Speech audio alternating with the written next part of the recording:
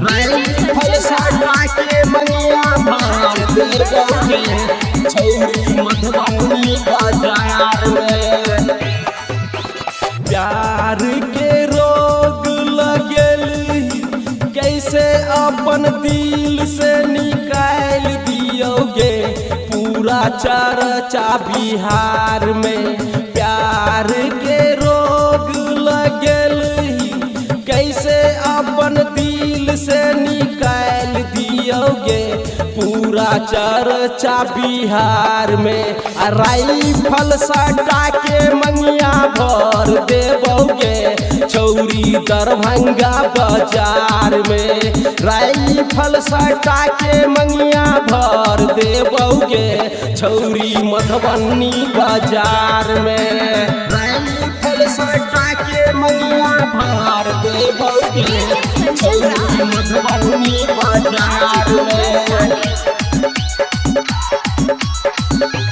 सदिया तोरे से करब सुन गे छौरी आ तोरा माये के हम बनबौ दामाद गे छौरी दामाद गे छौरी।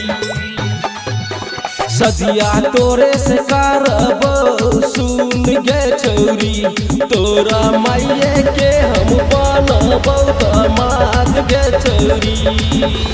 केहू जादी बोलतो मार देबौ भेजा में गोली चाहे छपतौ पर्चा अखबार में। केहू जादी बोलतो मार देबौ भेजा में गोली छपतौ पर्चा अखबार में। राइफल सटा के मंगिया भर देबोगे छौरी दरभंगा बाजार में। राइफल सटा के मंगिया भर देबोगे छौरी मधुबनी बाजार में। राइफल सटा के मंगिया भर देबोगे छौरी मधुबनी बाजार में।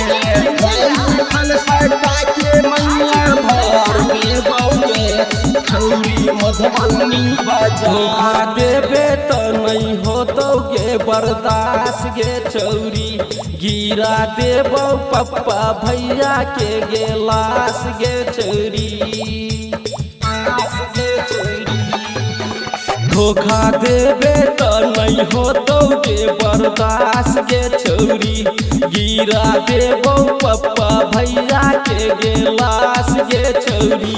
राजकुमार सिंगर के बन जो दुल्हनिया गे छौरी छपतौ अखबार में। राजकुमार सिंगर के बन जो दुल्हनिया गे छौरी छपतौ अखबार में। राइफल सटा के मंगिया भर देबोगे छौरी मधुबनी बाजार में। राइफल सटा के मंगिया भर देबोगे छौरी मधुबनी बाजार में।